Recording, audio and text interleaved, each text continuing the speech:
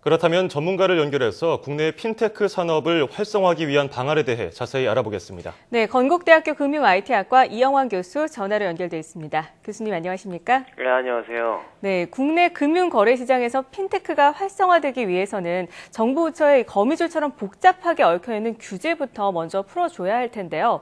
금산분리 규제뿐만 아니라 사실 규제기관이 여러 개로 나뉘어져 있는 복잡한 상황도 의사결정의 효율성을 떨어뜨릴 수 있다는 지적이 적지 않습니다.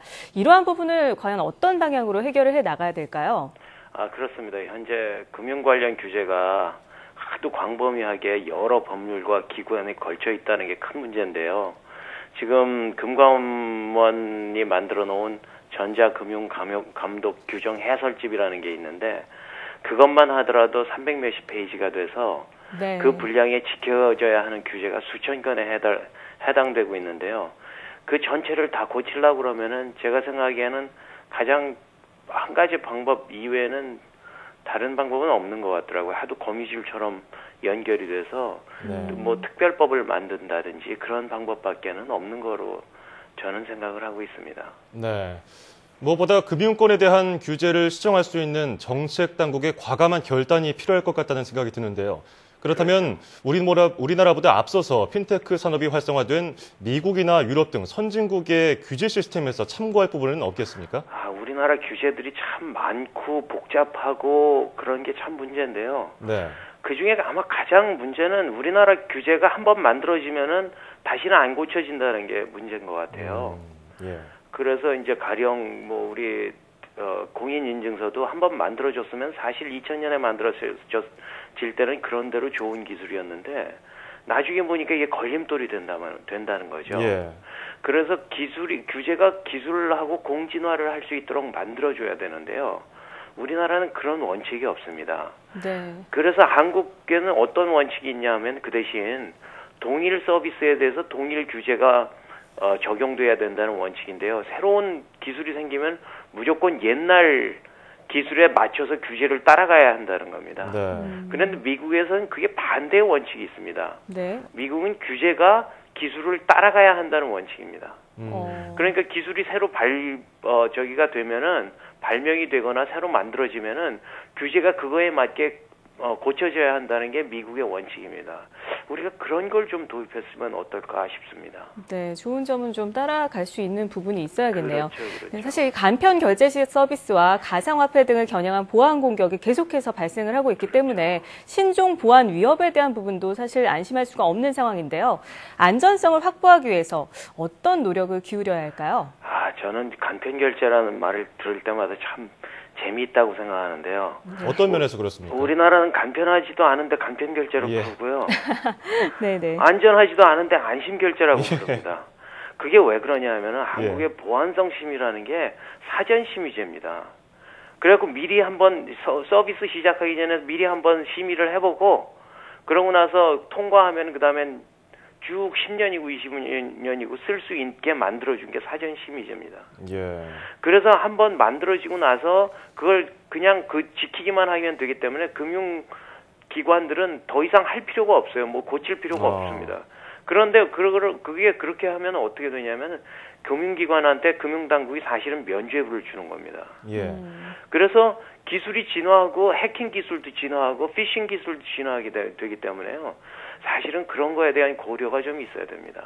예. 그래서 그런 걸 어떻게 고쳐야 되냐면은 금융기관들이 심의는 자기네들이 알아서 하게 하고 서비스는 무조건 서비스할 수 있게 만들어주고 최소한의 요건만 거치면 서비스 하게 해주고 수시로 점검하는 시스템이 필요합니다.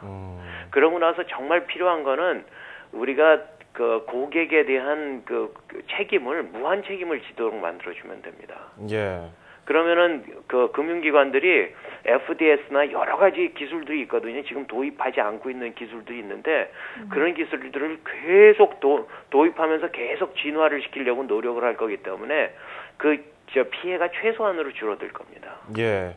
그러니까 현실 안주를 하고 있는 이 태세를 고치려면 수시 점검하고 또 보안 책임을 확실하게 물어야 된다 이런 말씀이시네요. 그렇죠. 예, 그런가 하면 이 알리바바라든지 텐센트 등 중국 핀테크 기업들이 거대 자본과 기술력을 앞세워서 국내 시장을 공략하고 있습니다. 그렇죠. 중국 핀테크 산업이 국내 전자상거래 시장에서 어느 정도로 영향력을 미칠 것으로 예상하십니까? 저 중국에 명동에 나가 보셨습니까? 명동에 예. 중국인 그 관광객들이 많이 찾는 명동 같은 경우는요. 예. 네. 알리바바, 알리페이스라고 벌써 그 저기들이 그 광고들이 쭉 있습니다. 아, 예. 그 이미 알리페이는 들어와서 사업을 하고 있고요. 예. 특히 알리페이 제휴한 면세점은 하루 매출이 면세 백화점 같은 경우는 하루 매출이 이미 3억 원이 넘어간답니다. 이미 알리바바나 그런 중국 기업들은 진출을 하고 있고요. 그것뿐만이 아니고 우리 땅에서 알리바바하고 텐센트는 이제 한판 승부를 벌릴 겁니다.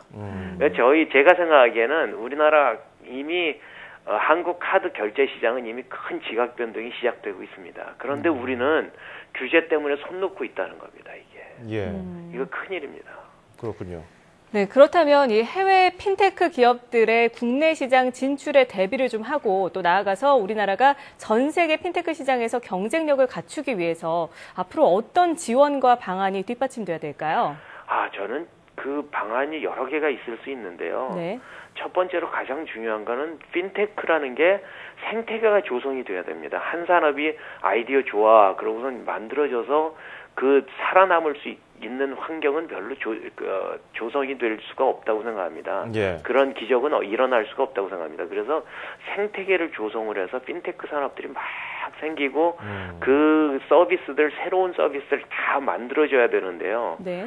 그러려고 하면은 그 관련 기술을 개발하는 인재풀이 공급되게 하고 기본적으로 노하우를 국가가 좀 공유하기 위해서 어떤 국가적인 사업을 통해서 플랫폼을 제공한다든지 노하우를 제공한다든지 아니면 그런 인력을 양성하는 그런 그 전체적인 플랜이 있어야 된다고 생각합니다. 그래서 예. 생태계 조성을 위해서 생태계 조성하는 게 가장 필요하고요.